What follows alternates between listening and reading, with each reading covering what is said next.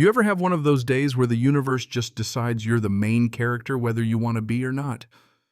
Well, picture this. It's a Saturday afternoon. I'm wrenching on an old Chevy in my garage, sipping coffee, minding my own business, when suddenly this sound like the sky splitting open drowns out everything. Next thing I know, the whole building's shaking, tools clattering off the bench, and outside smoke debris and the unmistakable shape of a downed military C-130 sprawled across my pasture. Before I can wrap my head around it, men in uniforms are pouring out barking orders, cordoning off my backyard like we're about to launch D-Day. And honestly, for a minute, I think I might be dreaming until I hear the one voice guaranteed to ruin anyone's afternoon. Karen Whitaker, our HOA president, storming up the driveway like she owns the place. Board members in tow, face twisted like she just bit into a lemon. Now you'd think the fact that a military plane just crash landed would give a person pause, but not Karen. She's on the phone already telling anyone who'll listen that I'm harboring illegal aircraft, destroying property values, violating every regulation under the sun. Never mind the smoke or the Air Force badge on the officer's chest, she's got a bigger enemy, and apparently it's me. I'm calling the police. This is a clear violation of HOA regulations. I tried explaining, but you know how that goes, like reasoning with a brick wall, except the wall's got a cell phone and a taste for drama. Within 15 minutes, Mike Torres, good guy, local deputy we went to high school together, rolls up. He takes one look at the scene, then at Karen, and I can see the migraine building behind his eyes. Karen, it's a military emergency, he says, but she's got a whole speech lined up about fines, safety, neighborhood standards. The military officer steps in, calm as ever. Ma'am, this is federal jurisdiction now. Please leave the area. You'd think that would be the end of it, right? Wrong. Karen just glares at me like I personally threw the plane into her begonias and storms off, already planning her next move. That night, my phone's blowing up emails from Karen to the entire HOA subject lines, screaming urgent neighborhood hazard, painting me as some kind of reckless maniac. By morning, folks who'd waved at me for years suddenly can't make eye contact at the coffee shop. Karen's poison works fast, and I can feel the cold shoulder all over town. But here's where things take a turn.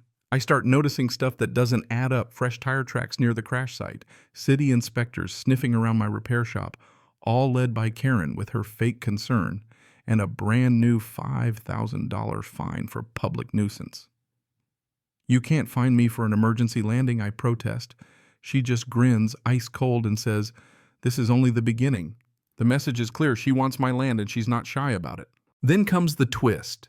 Major Leia Harrison from the Air Force shows up investigating the crash. She's all business, but when I mention Karen's antics, her odd comments about the crash site, the supposed cleanup crew, Major Harrison's face gets serious. Any interference with a military crash site is a federal offense, she says. Turns out Karen had actually tried to sneak in a civilian crew under the radar. That's when it clicks. Karen isn't just trying to muscle me out. She's knee-deep in something bigger. I call Rusty Jenkins, 60, ex-Air Force, one of the good ones. Over coffee, he tells me Karen's been cozying up with a development company, Pinnacle, whose specialty is flipping rural properties into high-density neighborhoods. The kicker, they've got ties to the same military contractor that services those C-130s. Suddenly, this isn't about an overzealous HOA president. It's about money, land, and connections. By the next HOA meeting, Karen's got the room whipped up, demanding the forced sale of my property for community safety. I call her out in front of everyone, ask why she had a cleanup crew ready to go, what those Pinnacle payments are about.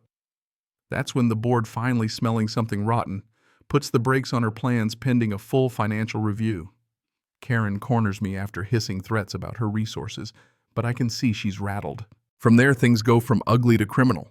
I get slapped with a lawsuit for emotional distress, city inspectors harass my shop, and then Rusty drops the bomb. Karen's been taking consulting fees from Pinnacle for months, laundering it through the HOA. He's got records, emails, the works. Worse, she's been sharing info about military activity, maintenance schedules, flight paths, you name it. Whether she knew it or not, she'd crossed into federal crime territory. Major Harrison escalates the case, brings in the feds. The next emergency meeting's a circus. Karen tries to rally her shrinking army, but I bring out Rusty's evidence, and for once, folks listen. Janet Williams, normally quiet, asks about the Pinnacle payments. Karen panics, starts spinning stories, but the tide's turned. The board demands a forensic audit, and Karen storms out, cell phone glued to her ear. From there, the gloves come off. Karen launches a scorched earth campaign, tanking my business with bogus reviews and news interviews where she plays the martyr.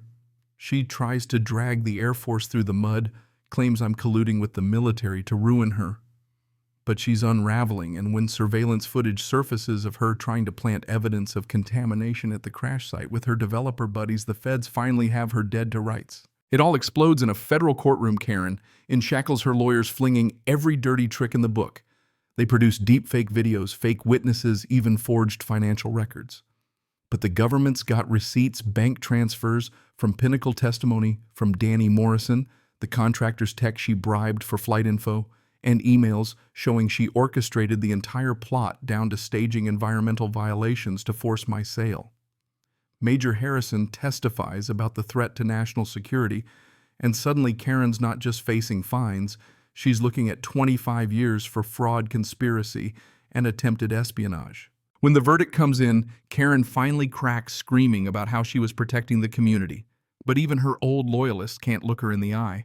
She's carted off to federal prison, her home already sporting a foreclosure sign, her empire in ruins. The aftermath. The HOA's in new hands, my reputation's cleared, and my shop slowly coming back to life. The military holds a ceremony at my ranch thanking me for my persistence. The land where the plane crashed becomes a community garden, neighbors who barely spoke before now work together planting tomatoes instead of hurling accusations. 6 months later, life's almost normal again. Sometimes I find myself looking up whenever a plane flies over, grinning at the memory.